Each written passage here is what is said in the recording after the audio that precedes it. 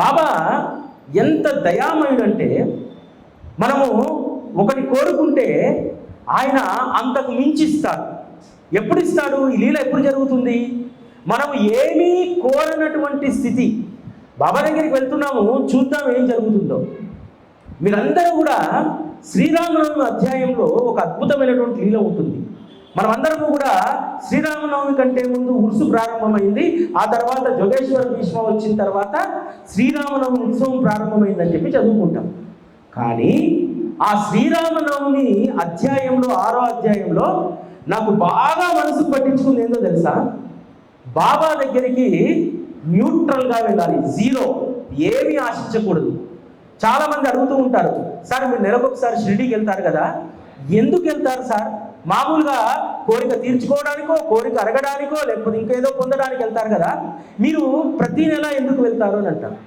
ప్రతి నెల కాదు, ప్రతిరోజు వెళ్ళినా సరే నా మనస్సులో జీరో ఎక్స్పెక్టేషన్స్ తోటి వెళ్తాను. 6వ అధ్యాయం అది తెలియజేస్తుంది. శ్రీరామనవమి బాలాబువ అనేటువంటి ఒక కీర్తనకారుడు, అతను వేరే ఒక రాజ సంస్థానంలో ఆషాఢ శుద్ధ ఏకాదశికి, చైత్ర శుద్ధ నవమికి 2 కీర్తనలు చేయాలి. 2 కీర్తనలు చేసినందుకు అక్కడ రాజశాసనం ఏంటంటే అతనికి సంవత్సరానికి 30 రూపాయలు సంభావన ఇవ్వాలి. ఒకసారి విపరీతమైనటువంటి ప్లేగ్ వ్యాధి రావడంతో అక్కడ శ్రీరామనవమి ఉత్సవం ఆగిపోతుంది. బాలబువ బాధపడుతూ ఉంటాడు, అరే సంవత్సరానికి వచ్చేటువంటి 30 రూపాయల్లో ఒక ఉత్సవం పోయిందంటే 15 రూపాయలు పోయినట్టు అని చెప్పి చాలా రోజులుగా బాలబువ ఒకానొక సందర్భంలో బజార్ వెంట వెళ్తూ ఉంటే ఒక దుకాణంలో బాబా గారి చిత్రపటం కనబడితే బాబాకు నమస్కరిస్తాడు. ఆ తర్వాత వారి యొక్క మహత్వం తెలుసుకుంటాడు. సరే శ్రీరామనవమికి ఎట్లాగో ఉత్సవం లేదు, షిరిడీలో బ్రహ్మాండంగా జరుగుతుందట, కాబట్టి షిరిడీ వెళ్ళాలనేటువంటి కోరిక బాలాబువాలో కలుగుతుంది. కలగ్గానే బాబా ఎంత అద్భుతమైనటువంటి లీల చేస్తారంటే, ఆ కథను కనుక చాలా మనం జాగ్రత్తగా గమనిస్తే కాకాసాహెబ్ దీక్షిత్ దగ్గరికి వెళ్తారు. వెళ్ళిన తర్వాత అడుగుతారు, నేను ఇట్లా షిరిడీ రావాలనుకుంటున్నాను, అవసరమైతే కీర్తన కూడా, రామనవమి కీర్తన కూడా నేనే చేస్తాను, అక్కడ ఆగిపోయింది అని. ఇక్కడ కాకాసాహెబ్ వినయాన్ని కూడా మనం గుర్తుపెట్టుకోవాలి. కాకాసాహెబ్ ఏమంటాడు, సరే మీరు షిరిడీ రావడం అనేటువంటిది మీ ఇష్టము, అక్కడ కీర్తన చెయ్యాలా వద్దా అనేటువంటిది అది బాబా ఇష్టము, కాబట్టి మీతో రుణానుబంధం ఉంటే తప్పకుండా బాబా పిలుస్తారు అని అంటారు. వెంటనే బాబా పిలిపొచ్చింది. ఎలానో తెలుసా? అప్పుడే కాకా మహాజని బాబా ఊదిని ప్రసాదాన్ని తీసుకొని దీక్షిత్ గారింటికి వస్తారు. వచ్చి ఆ ప్రసాదాన్ని ఊదిని బువ్వాకిస్తాడు. దీని అర్థం ఏమిటి? బాబా పర్మిషన్ వచ్చేసింది, లేకపోతే అదే సమయానికి కాకామాజన్ ఎందుకు అక్కడ రావాలి? అదొక ఈ లీలలో ఒక అద్భుతమైనటువంటి ఘట్టం. తర్వాత కాకాసాహెబ్ చెప్తారు, నేను షిరిడీ వెళ్ళిన తర్వాత లేఖ రాస్తాను, బాబా సమ్మతిస్తే మీరు వద్దురు కానీ అని చెప్పి. బాబా సమ్మతిస్తారు, వస్తారు. వచ్చిన తర్వాత బాలాబువాను చూసి చెప్తారు, వీరు నాకు గత 4 సంవత్సరాలుగా తెలుసు అని. బాలాబువ అంటే అనుకుంటాడు, అసలు నేను ఎప్పుడు బాబాను దర్శించలేదు, బాబాయే నాకు తెలియదు, 4 సంవత్సరాల నుంచి ఎప్పుడు పరిచయం అని చెప్పి. 4 సంవత్సరాల క్రితం ఎప్పుడైతే బజార్లో వెళ్తున్నప్పుడు ఆ షాప్లో నమస్కారం పెట్టుకుంటాడో బాబా గారి చిత్రపటానికి, అప్పటి నుంచే బాబా దృష్టి బాలాబువ పైన పడింది. అంటే వారి యొక్క దృష్టి, మనం ఏమనుకుంటామంటే మనం ఈ మందిరానికి వచ్చాము, బాబాను చూసాం కాబట్టి ఇప్పుడే బాబా దృష్టి నా పైన పడింది అనుకుంటాం. కాదు, నీకు తెలియకుండానే నీవు బాబాకు నమస్కారం చేసినా, వారి నామస్మరణ చేసినా, వారి పేరు విన్నా సరే అప్పుడు నువ్వు వారి దృష్టిలో పడిపోయినట్టే. ఆ విధంగా బాలాబువ వచ్చి కీర్తన చేస్తాడు. కాకాసాహెబ్ దీక్షిత్ ఏం చెప్పాడు, ఏదైతే దక్షిణ ఉంటుందో కీర్తన చేసినందుకు దాని గురించి నేను ఏమీ హామీ ఇవ్వను, అట్లని చెప్పి బాబా ఎవరిని కూడా రిక్తహస్తాలతో పంపిపడు అని చెప్తారు. కీర్తన అయిపోతుంది, 3 రోజులు శ్రీరామనవమి ఉత్సవం అయిపోతుంది. బాలాబువ వెళ్ళి బాబా దగ్గర సెలవు తీసుకోవడానికి వెళ్తారు. వెళ్ళినప్పుడు బాబా కఫ్నీ జేబులో చేయబెట్టి కొంత రొక్కం తీసి బాలాబువాకి ఇస్తాడు. అతను బసకు పోయి లెక్క పెట్టుకుంటాడు. పెట్టుకుంటే ఎంత ఉంటాయో తెలుసా? 150 రూపాయలు ఉంటాయి. మహారాజ సంస్థానము 2 పండగలకు 30 రూపాయలు సంవత్సరానికి ఇస్తే వాళ్ళు 5 సంవత్సరాలకి ఇచ్చేటువంటి సంభావన ఒక్క శ్రీరామనవమికి బాబా ఇస్తారు.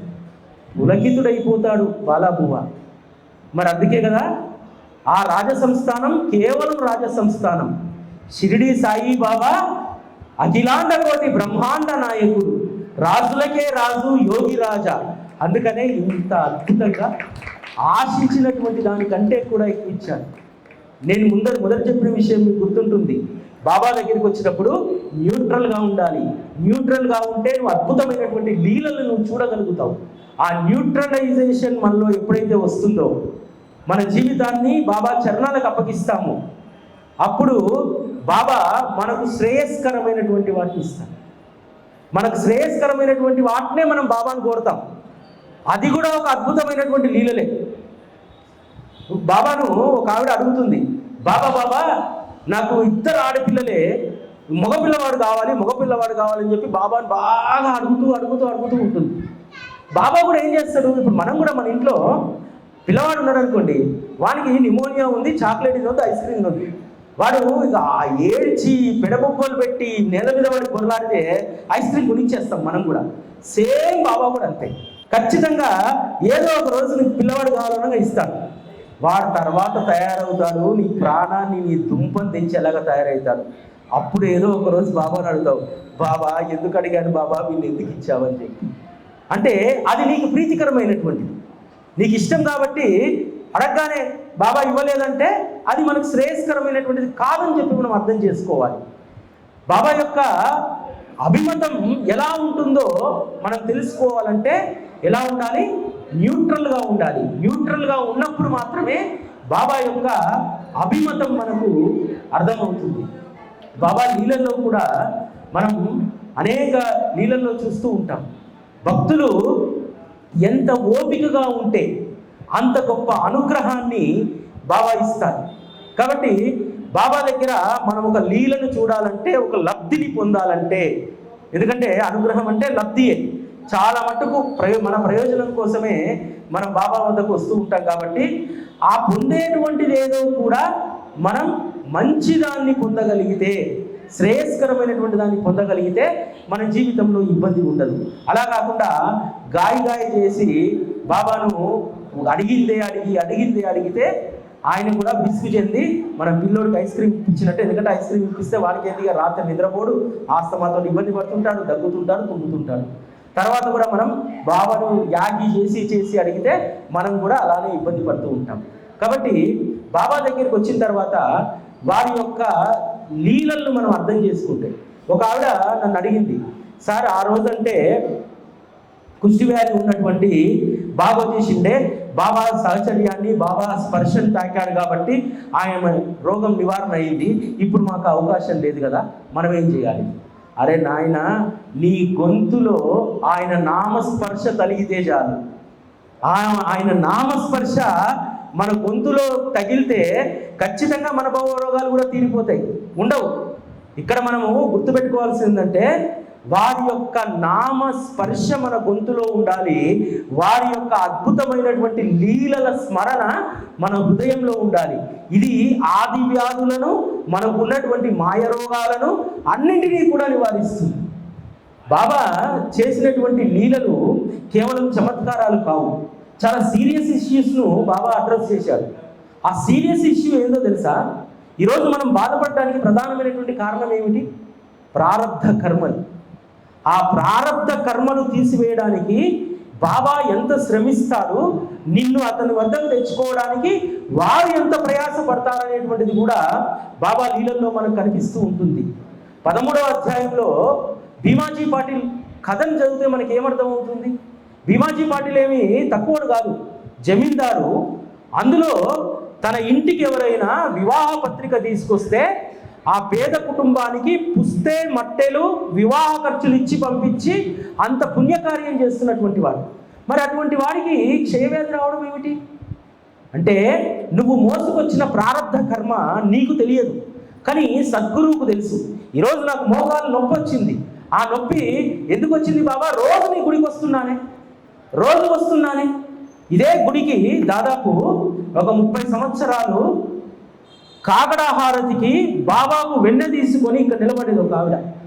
గత 10 సంవత్సరాలుగా మోకాల నొప్పులతో బాధపడుతుంది. అమ్మ మీకు బాధ అనిపించట్లేదా? 30 సంవత్సరాలు మీరు వెన్న తీసుకెళ్లారు కాకడహారతికి, మరి ఇప్పుడు వెళ్ళలేకపోతున్నారు కదా అంటే, ఆ అదృష్టమైన ఇచ్చాడు. ఆ ప్రారంధ కర్మ 20 సంవత్సరాల క్రితం రాకుండా చేశాడు, ఇప్పుడు ప్రారంధ కర్మ వచ్చింది, నేను అనుభవించాలి. బాబాను అర్థం చేసుకున్న వాళ్ళు ఈ విధంగా మాట్లాడతారు, అంతే తప్ప బాబాను నిందించరు. అదేవిధంగా భీమాజీ పాటిల్ యొక్క ప్రారంధ కర్మ, అతడు ఈ పోయిన జన్మలో చేసుకున్న ప్రారంధ కర్మ, ఈ జన్మలో తను చేసుకున్నటువంటి ఈ పుణ్యకార్యాలన్నీ కూడా తనను సద్గురు చరణాల వద్దకు నెట్టాయి. లేకపోతే నానాసాహెబ్కు లేఖ రాయడం ఏమిటి? నానాసాహెబు సమాధానంగా నువ్వు షిరిడి వెళ్ళు, ఒక్క నీ క్షయరోగం ఏంది, అనేక మాయరోగాలను తగ్గించేటువంటి వారు షిరిడిలో ఉన్నారంటే బండి కట్టుకొని వెళ్తే కేవలం 2 స్వప్న దర్శనాల్లో బాబా ఆ క్షయవ్యాధిని తగ్గించేస్తారు కదా. ఇక్కడ మనం జాగ్రత్తగా గుర్తుపెట్టుకోవాల్సింది ఏంటంటే, ఆల్టో కారు నుంచి ఆడి కారు కొనుక్కోవడం కాదు. నీ శరీరం బాగలేకపోతే ఆడి కారులో తిరుగుతావా? లేకపోతే చిన్న ఇల్లు నుంచి డూప్లెక్స్ హౌస్కు మారడం కాదు. బాబా ఈ ప్రారంధ కర్మను అత్యంత సులువుగా దాటేటువంటి అదృష్టాన్ని నాకు ఇవ్వని చెప్పి అడగాలి. 13వ అధ్యాయంలో క్షయవ్యాధిగ్రస్తుడైనటువంటి పాటిల్ యొక్క కథ చదివితే మనకి ఏం గుర్తు రావాలి? బాబా నాకు కూడా ఏదైనా ప్రారంధ కర్మ ఉంటే భీమాజీ పాటిల్ మాదిరిగా నాకు కూడా అత్యంత సులువుగా అత్యంత అల్పకాలంలో దానిని తీసివేయి అని చెప్పి బాబాను అడగగలగాలి. బాబాను అడిగేటువంటి దాంట్లో కూడా మనం మామూలుగా చూస్తాం, ఒక నానుడు ఉంటుంది కదా, అరే అడుక్కోవడం కూడా ఒక కలరా అని చెప్పి. ఆ అడుక్కునే కళ కూడా మనకు లేకపోయింది. బాబా దగ్గర అడుక్కునే కళ కూడా ఉండాలి మన దగ్గర. అంటే మీ కొత్త పిచ్చగాడు వీడికి అడుక్కొని రావట్లేదని చెప్పి. కాబట్టి బాబాను అడగడంలో కూడా మనం ప్రతిరోజు నిత్య పూజ చేసే వాళ్ళు చాలామంది ఉన్నారు. గురువారమో లేకపోతే ప్రతిరోజు మందిరానికి వచ్చేటువంటి వాళ్ళు చాలామంది ఉన్నారు. ఏం కోరుకోవాలి బాబాను? బాబా మిగతా అన్నీ కూడా నీ ఇచ్ఛానుసారమే వచ్చి నాకు పడతాయి, కానీ ఒకటి మాత్రం నేను కోరుకుంటాను బాబా, నా ప్రారంధ కర్మను మాత్రం అత్యంత సులువుగా అనుభవించేలాగా చేయి. తప్పి అని చెప్పి అడగలేం మనం. తప్పి అని చెప్పి అడిగితే అది నిజాయితీ కాదు. ప్రారంధ కర్మను నేను అనుభవిస్తాను, కానీ సంతోషంగా అనుభవించేలాగా చేయి. అదేవిధంగా భీమాజీ పాటిల్ను అత్యంత సులువుగా ఆ క్షయవ్యాధి అనేటువంటి వ్యాధి నుంచి బయటపడేశారు. 1999 2000 సంవత్సరం వరకు కూడా క్షయవ్యాధి వచ్చిందంటే చాలామంది రక్తం కక్కుని చచ్చిపోయిన వాళ్ళు ఉన్నారు. చాలా కష్టం క్షయవ్యాధి నివారణ కావడం. అటువంటిది 1910-11 సంవత్సరంలో కేవలం సద్గురువు యొక్క సహచర్యం వల్ల, సద్గురువు యొక్క వాక్కును వినడం ద్వారా, ఆయన చెప్పినట్టు ఉండడం ద్వారా భీమాజీ పాటిల్ యొక్క క్షయరోగం నయమైంది కదా. భీమాజీ పాటిల్ పెద్ద జమీందారు, పట్టుపరుపుల పైన పడుకునేటువంటి వాడు. అటువంటి వారికి బాబా ఏం చెప్పారు? మీరు వెళ్ళి భీమా అనేటువంటి వారి ఇంట్లో ఉండండి అని అంటారు. ఆ భీమా అనేటువంటి వారి ఇల్లు చాలా ఎగురు తిరుగులుగా ఎప్పుడూ తడి ఉంటుంది, నేలపైన పడుకోవాలి తట్టేసుకొని. పట్టుపరుపుల పైన పడుకున్నటువంటి భీమాజీ పాటిల్ సద్గురువు యొక్క ఆజ్ఞ మేరకు, ఎందుకంటే సద్గురువు యొక్క ఆజ్ఞను పరిపాలిస్తే తన ప్రారంధ కర్మ ఖచ్చితంగా నివారించబడుతుంది అనేటువంటి విశ్వాసాన్ని భీమాజీ పాటిల్ కలిగి ఉన్నాడు. ఇవన్నీ కూడా మనం లీలలుగా చదువుకుంటూ పోతే మనకు కేవలం ఒక చమత్కారాలుగా కనిపిస్తాయి. మనం ఆ చమత్కారాలనే కోరుకుంటాం, కానీ ఆ లీలల వెనుకాల ఉన్నటువంటి కర్మ సిద్ధాంతాన్ని, ఆ లీలల వెనుకాల ఉన్నటువంటి అంతరార్థాన్ని కనుక మనం గ్రహించగలిగితే, ఆ రోజు భక్తులకు ఒక మేలు జరిగిందంటే ఎంత కృతజ్ఞతతో ఉండేవాళ్ళో తెలుసా? భీమాజీ పాటిల్ తన క్షయవ్యాధి తగ్గింది, సమాన్ చుట్టుకొని సంకలో పెట్టుకొని బండెక్కి పోలే, సంకల్పం చేసుకొని పోయాడు. బాబా మీరు మామూలు సాధువు కాదు, మీరు సాక్షాత్తు శ్రీమన్నారాయణులు, సాక్షాత్తు మహావిష్ణువు. అందుకని బాబా నేను చేసుకునేటువంటి సత్యవ్రతం స్థానంలో నిన్ను నేను నారాయణుడిగా ఉపాసన చేసుకొని సాయి సత్యవ్రతాన్ని ఆరంభించుకుంటాను అని చెప్పి ఆ విధంగా సాయి సత్యవ్రతానికి భీమాజీ పాటిల్ ఆద్యుడిగా మారారు. దీన్ని ఏమంటాం? కృతజ్ఞత. కృతజ్ఞత లేకపోతే మనము భక్తి మార్గంలో ఏమాత్రం కూడా శోభించలేము. కాబట్టి కృతజ్ఞత అనేటువంటిది కూడా చాలా ప్రధానమైనటువంటిది భక్తి మార్గంలో. ఆ రోజు బాబా ద్వారా మేలు పొందినటువంటి వారు, బాబా లీలను చూసినటువంటి వారు 100% కృతజ్ఞతతో ఉన్నారు. కృతజ్ఞతతో ఉండడం వల్లనే బాబా పట్ల మన అనుబంధం పెనవేసుకొని ఉంటుంది. కాబట్టి ప్రతి లీలలో ఉన్నటువంటి అంతరార్థం కూడా బాబా ఒక్కొక్కరికి కొన్ని లీలల ద్వారా కొన్ని అనుభవాలు ఇస్తారు. మీరందరూ కూడా ఒక లీలను చదివి ఉంటారు. సోలాపూర్ నుంచి ఔరంగాబాద్కర్ భార్య వస్తుంది. ఔరంగాబాద్కర్ భార్య వచ్చి దాదాపు 9 మాసాలు ఉంటుందట అక్కడ, బాబాతో నేరుగా మాట్లాడాలని చెప్పి. కానీ కుదరదు. తర్వాత శ్యామ యొక్క సహాయం తీసుకొని బాబాకు తన సంతానం లేనటువంటి విషయాన్ని, సంతానాన్ని అనుగ్రహించమని చెప్పి బాబాను ప్రార్థిస్తుంది. బాబా శ్యామ యొక్క కోరిక మేరకు శ్యామ అడగడంతో కొబ్బరికాయ ఆమె పొంగులో వేసి సంతానాన్ని అనుగ్రహించారనేటువంటి కథ మనం చెబుతాం. దాని వెనకాల ఉన్నటువంటి బ్యాక్గ్రౌండ్ ఏందో తెలుసా? ఆమె పిల్లల కోసము ఎక్కనటువంటి గుడిమెట్లు లేవు, చెయ్యనటువంటి సేవ లేదు. కానీ ఒకే ఒక్కసారి సోలాపూర్లో దాసుగన్ మహారాజ్ చెప్పినటువంటి బాబా యొక్క కీర్తనను విని మనస్సులో తను నిర్ణయించుకుని వచ్చేసింది. ఏమని నిర్ణయించుకుంది? నేను ఇప్పటి వరకు అనేక గుడిమట్లు ఎక్కాను, అనేక మంది సాధువులను కలిశాను, కానీ దాస్గన్ మహారాజ్ చెప్పినటువంటి అది నా మనసుకు ఎక్కింది. కాబట్టి ఖచ్చితంగా నేను షిరిడీ వెళ్తే ఆ సత్పురుషుని యొక్క అనుగ్రహం నాకు లభిస్తుంది అని చెప్పి స్థిరమైనటువంటి విశ్వాసంతో షిరిడీకి వచ్చింది. వాళ్ళ ఇంటి ఎదురుగా రామాలయం ఉంటుంది. రామాలయంలో రోజు మెట్లు కడిగి సేవలు చేసేటువంటిది. వారి కులదేవత అయినటువంటి మాహుల్గట్లో ఉన్నటువంటి రేణుకామాత వద్దకు ప్రతి 6 నెలలకు ఒకసారి పాదయాత్రగా వెళ్ళేది అనే అక్కల్కోట మహారాజు, ఆ తర్వాత హుమ్నాబాద్లో ఉన్నటువంటి మాణిక్ ప్రభు, వీళ్ళందరికీ కూడా సేవ చేసింది. మాణిక్ ప్రభు చెప్తారు, నేను కాదు నీకు అనుగ్రహం ఇచ్చేదని చెప్తారు, కానీ ఎలాగైనా సరే మీరే అనుగ్రహం ఇవ్వాలి సాధు సత్పురుషులు అని చెప్పండి. కానీ ఎప్పుడైతే దాస్గన్ మహారాజ్ కీర్తన విన్న తర్వాత తన మనస్సులో నిశ్చయించుకుంటుంది, ఎందుకు ఎక్కడా కలగనటువంటి అనుగ్రహం బాబా దగ్గర కలిగింది, మనకు కూడా ఎక్కడా కలగని అనుగ్రహాలు, ఎక్కడా కలగనటువంటి అవి ఎందుకు బాబా దగ్గర కలుగుతాయి? విశ్వాసం. ఆమె వెళ్ళడమే ఏ విశ్వాసంతో వెళ్ళింది? ఖచ్చితంగా నాకు అనుగ్రహం దొరుకుతుందని చెప్పి. అందుకనే ఆవిడకు కొడుకును వరముగా ఇచ్చాడు బాబా. అంటే బాబా దగ్గర మనకు ఉండాల్సినటువంటిది, ఆ రోజు లీలలు అనుభవించినటువంటి వాళ్ళు, ఆ లీలల్లో ఉన్నటువంటి భక్తులందరూ కూడా అచంచలమైనటువంటి విశ్వాసంతో ఉండబట్టే ఆ లీలలను అనుభవించారు. బాబా వారికి ఆ లీలలను చూపెట్టగలిగారు. లేకపోతే విశ్వాసం లేని చోట ఏ లీలా జరగదు. ఎందుకంటే ఎప్పుడు నిత్య అసంతృప్తితో ఉండేటువంటి వారికి భగవంతుని యొక్క కృప ఉండదు. ఇంతకుముందు కృష్ణ గారు చెప్పినట్టు కాకాసాహెబ్ పనిపిల్ల ఆ కథ చదివినప్పుడల్లా అప్పుడే కాదు, నన్ను ఏ అర్ధరాత్రి మేల్కొల్పినా ఒక పదం నా మనసులో ఉండిపోతుంది. ఏం రాస్తారు తెలుసా? పేదరికం సంపన్నంగా ఊరేగడం అంటే ఇదేనేమో అని రాస్తారు. పేదరికం సంపన్నంగా ఊరేగడం ఏంటి? పేదరికంలో ఉండడం మనం ఒక్క క్షణం కూడా ఊహించగలుగుతామా? ఆ పిల్ల యొక్క నైజాన్ని 3 వాక్యాల్లో చెప్పేస్తాడు. పేదరికం సంపన్నంగా ఊరేగడం అంటే ఎంత అద్భుతమైనటువంటి కథ. అది కేవలం ఈశోవ్యాస ఉపనిషత్తుకు దాస్గన్ మహారాజుకు చెప్పినటువంటి సమాధానం మాత్రమే కాదు, ఎంత గొప్ప సారం ఆ కథలో ఉందంటే, భగవంతుడు నిన్ను ఏ స్థితిలో ఉంచితే ఆ స్థితిలో నువ్వు ఎలా ఆనందంగా ఉండాలనేటువంటిది నాలాంటి పామరులు గుర్తుంచుకున్నటువంటి గొప్ప అంశం. అది పండితులకు ఈశోవ్యాస ఉపనిషత్తు కావాలి, నాకు అవసరం లేదు. సచ్చరిత కేవలం పామరుల కోసం వారు రాయించినటువంటిది. మనలాంటి వారికి ఇటువంటి కీలకమైనటువంటి విషయాలు అర్థం కావడానికి, అవగాహన చేసుకోవడానికి అంత అద్భుతమైనటువంటి కథ. అంతేకాదు ఈ కథలో మనం గుర్తుపెట్టుకోవాల్సింది ఏంది?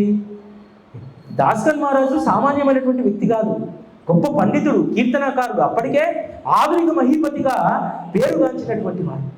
అటువంటి దాస్గన్ మహారాజు నువ్వు వెళ్ళు, వచ్చిన దారిలో వెళ్ళు, కాక పని మనిషి నీకు సమాధానం చెప్తుందంటే ఒక్క మాట కూడా ఎదురు అడగకుండా, ఏంది బాబా సాక్షాత్తు పరబ్రహ్మైనటువంటి మీరు ఇక్కడ కూర్చొని ఉన్నారు, మీకంటే ఎక్కువ పని పిల్లకు తెలుసా అని అడగొచ్చుగా. అడగకుండా గురువు ఆజ్ఞను అక్కడ మనం చూడాలి. ఆ లీలలో గురువు యొక్క ఆజ్ఞ, గురువు నోటి నుండి వెలువడ్డటువంటి మాట అక్షర సత్యాలు అవుతాయి, అవే మనకు మార్గదర్శనం అవుతాయి అనేటువంటి విషయాన్ని మనం ఈ లీలలో గుర్తుపెట్టుకోవాలి. చాలామంది అక్కడ అనుకుంటారు, అరే ఏమిటి బాబా పని మనిషి దగ్గరికి వెళ్ళమనగానే ఈ దాస్గన్ మహారాజ్ సంకల సంచేసుకొని బయలుదేరాడని చాలామంది అనుకుంటారు. కానీ ఆ వాక్కు యొక్క శక్తి ఏమిటో ఒక్క దాస్గన్ మహారాజ్కే తెలుసు. ఆ పిల్ల దాస్గన్ మహారాజ్ కూడా ఆ లీలను అనుభవించడానికి, అక్కడ గ్రహించడానికి కారణం ఏమిటో తెలుసా? బాబా కూడా చూడు, అక్కడ ఆశ్చర్యం ఏమిటంటే ఒట్టి పనిపిల్లని చూపెట్టలేదు. పనిపిల్ల ఎలా ఉంటే దాస్గన్ మహారాజు పనిపిల్ల యొక్క తత్వానికి ఆకర్షితుడవుతాడు.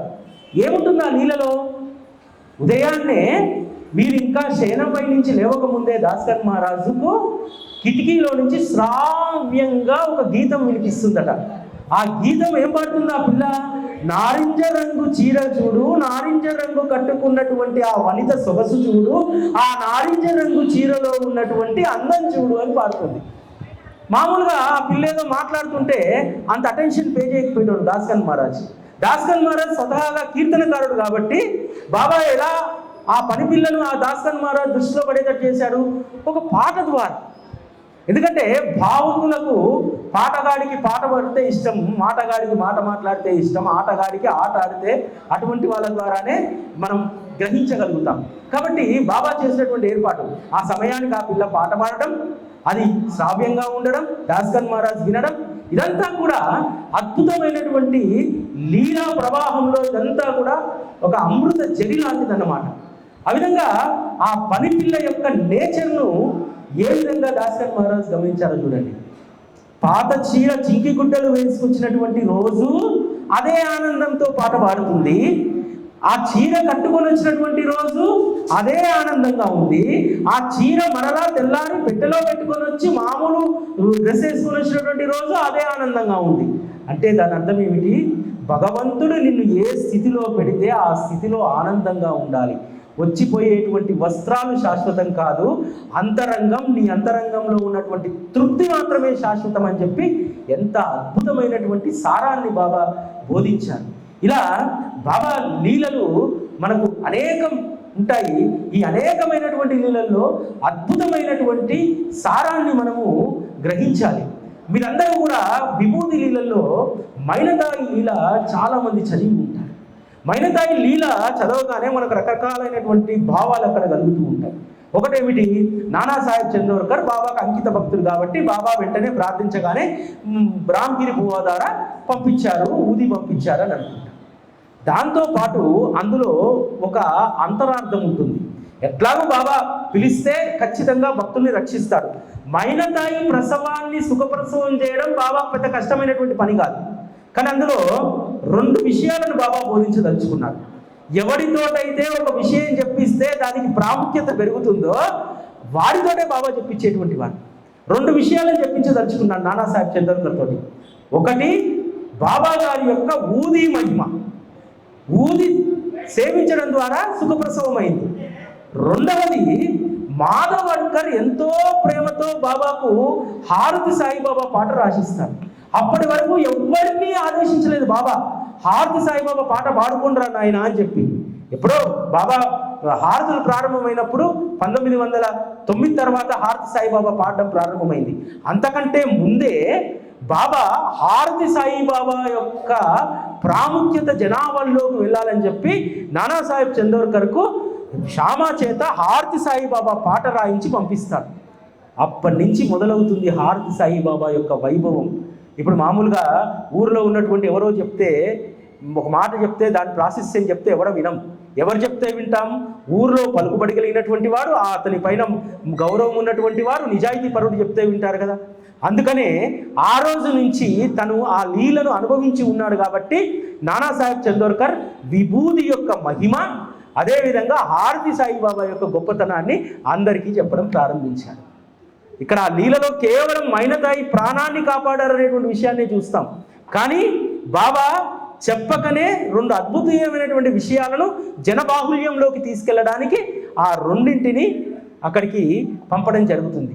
అంటే ఇక్కడ బాబా చేసినటువంటి ఆ మేలు నానాసాహెబ్ చందోర్కర్లో ఎంత బలమైనటువంటి విశ్వాసాన్ని నాటిందో తెలుసు కదా మీకు. ఇదే ఊది లీలల్లో ఉంటుంది కదా.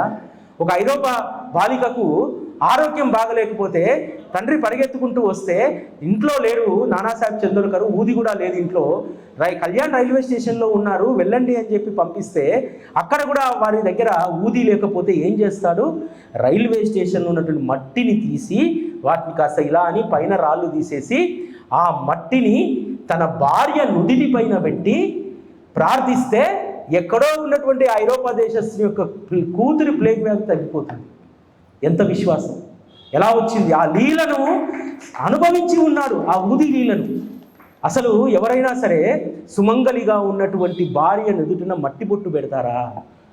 పెట్టరు కదా. అయినా అది అశుభమని తెలిసిన తన గురువు పట్ల ఉన్నటువంటి విశ్వాసం, తన గురువు మహిమను వెతుక్కుంటూ వచ్చినటువంటి ఆ తండ్రి యొక్క బిడ్డ ప్రాణాలు కాపాడాలని చెప్పి అమంగళకరమైందైనా సరే మట్టిని సుమంగలికి బొట్టుగా పెట్టి ఆ బిడ్డను రక్షించాడే. ఎంత అద్భుతమైనటువంటి లీలలు కదా. మనస్సు పులకరించిపోతుంది కదా, తనువంతా కూడా పరవశించిపోతుంది కదా. ఈ లీలలు వింటూ ఉంటే ఎంత అద్భుతం అంటే, ఇప్పుడు సాధారణమైనటువంటి వాళ్ళు లీలలకు పులకరించిపోతే అది వేరు. దాస్కన్ మహారాజుకు బాబా చూపెట్టేటటువంటి అద్భుతమైనటువంటి లీల కేవలం నా చరణాల వద్ద ఉంటే చాలు, త్రివేణి సంగమం అక్కడే ఉంటుందని చెప్పి.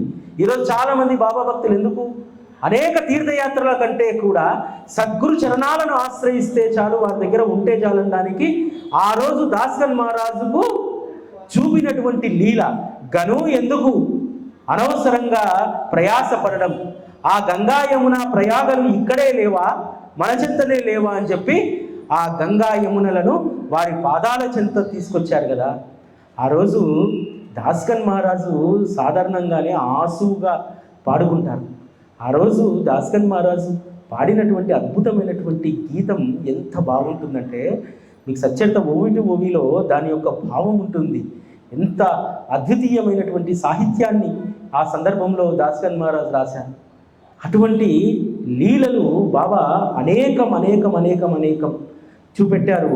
ఈరోజు మనందరము కూడా బాబాను పట్టుకొని ఉండడానికి ప్రధానమైనటువంటి కారణం వారు చూపినటువంటి లీలలే. అయితే ఇక్కడ ఒక ప్రమాదం కూడా ఉంది. కేవలం మనం లీలలకు మాత్రమే పరిమితమైతే అసలైనటువంటి తత్వాన్ని జ్ఞానాన్ని మనం పొందలేము. గురువు ఎప్పుడైనా సరే, గురువు స్థానంలో ఎవ్వరున్నా, నర్సరీలో చేర్పించినటువంటి పిల్లవాడు ప్రతిరోజు కూడా స్కూలుకు రావాలంటే వాడికి తాయిలం కావాలి. ఇప్పుడు చూడండి, ప్రైవేట్ స్కూళ్ళల్లో పిల్లలకు నర్సరీలో పెద్ద పెద్ద బాక్సులు ఉంటాయి. ఒక దాంట్లో 5 స్టార్లు, ఒక దాంట్లో క్యాడ్బెరీలు, ఇవన్నీ ఉంటాయి. ఎందుకంటే వాడు రోజు రావాలి. అదేవిధంగా ఇప్పుడు నర్సరీలో పెట్టేటువంటి టీచర్లు అందరినీ కూడా యంగ్స్టర్స్ని పెడతారు. పిల్లలతో ఆడుతారు, పాడుతారు, డ్యాన్స్ వేస్తారు. ఎందుకంటే వాడు రోజు రావాలి. అలా అలవాటు చేసిన తర్వాత వాడు ఒక్కొక్క క్లాసు పైకి ఎదుగుతున్న కొద్దీ గురువు యొక్క స్వరూపం మారిపోతూ ఉంటుంది, విద్యార్థి స్వరూపం కూడా మారిపోతూ ఉంటుంది. తెలుసుకోవాలి, చదవాలి, భవిష్యత్తు బాగుండాలని చెప్పి. అదేవిధంగా సద్గురువు వద్దకు వచ్చిన తర్వాత ఎప్పుడూ మనం ప్రీ స్కూలింగ్లోనే ఉంటే మనం ఏమీ నేర్చుకోలేము. కేవలం మనకు తెలిసినటువంటి 4 లీలలతోటి ఆహా ఓహో అనుకుంటే వచ్చేటువంటిది ఏమీ లేదు. మెల్లిమెల్లిగా సాయిబాబా యొక్క అంతరంగాన్ని ఆవిష్కరించుకునేటువంటి, ఆ అంతరంగాన్ని తెలుసుకునేటువంటి పనిలో పడాలి. అందుకు ప్రధానమైనటువంటి మార్గం, సాధనం ఇదొక్కటి మాత్రమే. ఇది మినహా, శ్రీ సాయి సచ్చరిత మినహా భక్తి మార్గంలో ఈరోజు తరించేటువంటిది మరొకటి ఏమీ లేదనేటువంటిది మనందరం కూడా గుర్తుపెట్టుకోవాలి. ఎందుకంటే ఇది ఎంతోమంది జీవితాలను మార్చింది, ఎంతోమందికి శాంతిని, సుఖాన్ని, సౌఖ్యాన్ని ఇచ్చింది. ఇందులో ఉన్నటువంటి లీలలు ఎంత అద్భుతమైనటువంటివి. ఇప్పుడు మనం మహా అంటే ఒక 4-5 లీలలు మాట్లాడుకొని ఉంటాం. ప్రతి లీలలో కూడా ఒక అద్భుతమైనటువంటి బోధ ఉంది. మన జీవన సంవిధానానికి ఇవన్నీ కూడా తోడ్పడతాయి. అంతెందుకు, ఒకే ఒక విషయం గుర్తుపెట్టుకోండి. ఒక్కటే, ఈ లీలలు వీటన్నింటినీ పక్కన పెట్టండి. మీ ఇంట్లో ఉన్నటువంటి బాబా చిత్రపటాన్ని చూడండి. ఆ చిత్రపటంలో బాబా కఫ్నీ చిరిగి ఉంటుంది. అది దేనికి ప్రతీక? మన జీవన సంవిధానానికి అది ప్రతీక. అరే, భగవంతుడైనటువంటి నేనే చిరుగు వస్త్రాన్ని ధరించాను, నువ్వు పాలిస్టర్ వస్త్రం వేసుకొని పట్టు వస్త్రం కావాలని కోరుకుంటున్నావా? చూడు, ఇది నా జీవన సంవిధానం. భగవంతుడు నాకు ఇంతే ఇచ్చాడు, ఇంతే తృప్తిగా ఉన్నాను, ఈ లోకంలోకి వచ్చాను, కోట్లాది మందిని ఉద్ధరిస్తున్నాను. అయినా సరే నేను దీని గురించి, చిరిగిన వస్త్రం గురించి ఆలోచించలేదు. నేను కేవలం ఆత్మ పరిశుద్ధత కోసమే ఆలోచించాను. ఈ మీ అందరి యొక్క ఆత్మ పరిశుద్ధం చేయడానికి మాత్రమే నేనున్నాననేటువంటిది ఆ చిరిగిన కఫిని మన జీవన సంవిధానానికి, మన జీవితంలో మనం ఎంత తృప్తిగా ఉండాలనడానికి బాబా కఫ్నీ చూస్తే తెలుస్తుంది. మీరు ఏదైనా బాబాను కోరుకునే ముందు బాబా చిత్రపటంలోని చిరిగి ఉన్నటువంటి కఫ్నీని చూసుకోండి. భగవంతుడే చిరిగిన కఫ్నీని వేసుకున్నాడు, నేను పట్టు చీరకు ఆశపడుతున్నాను. అక్కడితో ఇక కట్, కోరిక అనేటువంటి నరం కట్ అయిపోవాలి. కోరిక అనేటువంటి నరం కట్ అయిందనుకోండి, అద్భుతమైనటువంటి జీవనాన్ని మనం లీడ్ చేస్తూ ఉంటాం, తృప్తికరమైనటువంటి జీవితాన్ని మనం పొందుతూ ఉంటాం. ఇది బాబా వారి యొక్క లీలల ద్వారా మనకు చెప్పేటువంటిది. వారి రూపమే, వారిని చూస్తేనే ఒక అద్భుతమైనటువంటి లీల అనిపిస్తూ ఉంటుంది కదా. చూస్తుంటే బాబా నీ దగ్గర ఎంత శక్తి ఉంటే, నువ్వు ఒక మాసిపోయిన గడ్డాన్ని, చిరిగిన వస్త్రాన్ని ఒక సాధారణమైనటువంటి పల్లెలో ఉంటే, అనేక ప్రాంతాల నుంచి డాక్టర్లు, యాక్టర్లు, న్యాయాధికారులు, ఇంజనీర్లు, మమలత్దారులు, కలెక్టర్లు వీళ్ళందరూ నీ దగ్గరికి పరిగెత్తుకొచ్చారా ఈ రూపాన్ని చూడ్డానికా అని చెప్పి ఒక్కసారి ఆలోచిస్తే ఆయన యొక్క శక్తి ఏమిటి, ఆయన అవతారం, ఆయన యొక్క వేష భాషలు మనకి ఏమి చెప్తున్నాయి, ఏమి నేర్పిస్తున్నాయి అనేటువంటిది ఒక్క వారి రూపాన్ని చూస్తే తెలుస్తుంది. ఆడంబరాలు ఉంటే భగవంతుడు కాదు, ఒక నిరాడంబరమైనటువంటి జీవితం, ఒక భిక్షువుగా వచ్చి ఈ లోకాన్ని ఏలవచ్చు అన్నటువంటి దానికి నిదర్శనం శ్రీ సాయిబాబా. అది ఆయన యొక్క అవతారం. ఎంత అద్భుతంగా ఉంటుందంటే సత్యతలో, అదేవిధంగా బాబా తత్వంలో లోతుల్లోకి వెళ్ళిన కొద్దీ అమితమైనటువంటి ఆనందం కలుగుతూ ఉంటుంది. ఎందుకంటే బాబా చాలా కొంటేవాడు. ఏం చేస్తాడు తెలుసా, అప్పుడప్పుడు గిల్లి ఏడిపిస్తూ ఉంటాడు. గిల్లి ఏడిపించి మళ్ళీ రుద్దుతాడు. పొద్దున కృష్ణ గారు ఫోన్ చేశారు, చాలా అడవుడుగా ఫోన్ చేశారు. సాయి సాయి సాయి ల్యాప్టాప్ బస్సులో మర్చిపోయాను. ఒక పని చేయండి సార్, ఆ బస్సు ఎటు వెళ్తుందో చూడండి, ఫోన్ చేయండి డ్రైవర్కు, అక్కడ ఎవరెవరు మనవాళ్ళు తీసుకుంటారులే అని చెప్పి. ఎందుకోసం వచ్చారు కృష్ణ గారు? అబ్బా, ఈరోజు దక్షిణ షిరిడిగా పేరు పొందినటువంటి దిల్సుఖ్ నగర్ మందిరంలో మా పూటంతా నేను సత్సంగం చెప్తున్నాను అనుకొని వచ్చుంటాడు. మెల్లగా గిల్లాడు కదా అని గిల్లాడు. ఆ ట్విస్ట్ లేకపోతే ఆనందం ఉండదు. మళ్ళా బ్యాగ్ వచ్చింది అనుకోండి, అంటే ఆ ట్విస్ట్ అలా ఉంటుందన్నమాట. ఎప్పుడైతే మనము కొంచెం ఇలా అనుకుంటామో మెల్లిగా గిల్లుతాడు. అసలు ఏమి అనుకున్నాడో గిల్లడు. మామూలుగా రోజు వచ్చి దండం పెట్టుకుంటుంది పాప, ఆయన ఏమన్నాడు తెలుసా? ఎటువంటి వాళ్ళు అంటారంటే కృష్ణ గారు లాంటి వాళ్ళు, నాలాంటి వాళ్ళు గిల్లుతూ ఉంటాడు అప్పుడప్పుడు. ఎందుకు గిల్లుతాడో తెలుసా? అది మాకు మంచిది. ఎందుకంటే రే, ఎప్పుడు స్పృహతో ఉండండి రా, స్పృహ పోయి ఇంకో దాన్ని అంటించుకున్నారంటే ఇది గిల్లుడు కాస్త గాయమవుతుందని చెప్తారు. కాబట్టి ఆయన లీలలు ఇలా కూడా ఉంటాయి. కాబట్టి ఇటువంటి అద్భుతమైనటువంటి లీలా ప్రవాహాన్ని మనం అనుభవిస్తున్నాం. ఇంకా చాలా ఉన్నాయి. ఇది ఒక రోజుతోటో, ఒక గంటతోటో, ఒక పూటతోటో అయిపోయేటువంటిది కాదు. ఎప్పుడైతే సాయిబాబా మందిరాలు ఒక సత్సంగ నిలయాలుగా మారతాయో, నిజంగా భక్తులకు చాలా జిజ్ఞాస ఉంటుంది ఇటువంటివి తెలుసుకోవాలనేటువంటిది. కాకపోతే నిర్వాహకులు కూడా వాటిని ప్రోత్సహిస్తూ ఉంటే రెండు ప్రయోజనాలు. ఒకటి, మందిరానికి భక్తులు నిలబడిపోతారు. తత్వం తెలుసుకున్నటువంటి వాళ్ళు మందిరంతో పాటు నిలబడి ఉంటారు. కేవలం భక్తితో వచ్చేటువంటి వాళ్ళు మనం అర్చన చేయించుకొని వెళ్ళిపోతూ ఉంటారు. ఇక నిలబడేటువంటిది జిజ్ఞాసులు, తత్వం పట్ల ఆసక్తి ఉన్నటువంటి వాళ్ళే మందిరానికి అండదండగా నిలబడగలుగుతారు. లేకపోతే మిగతాదంతా టూరిస్టుల్లాగానే అయిపోతుంది. కాబట్టి ఈ తత్వంలో ఉన్నటువంటి మర్మాన్ని తెలుసుకోవడానికి ఎప్పుడూ నిరతం మనము ప్రయత్నం చేస్తూనే ఉండాలి. శ్రీ సచ్చిదానంద సద్గురు సాయినాథ్ మహారాజ్కి జై.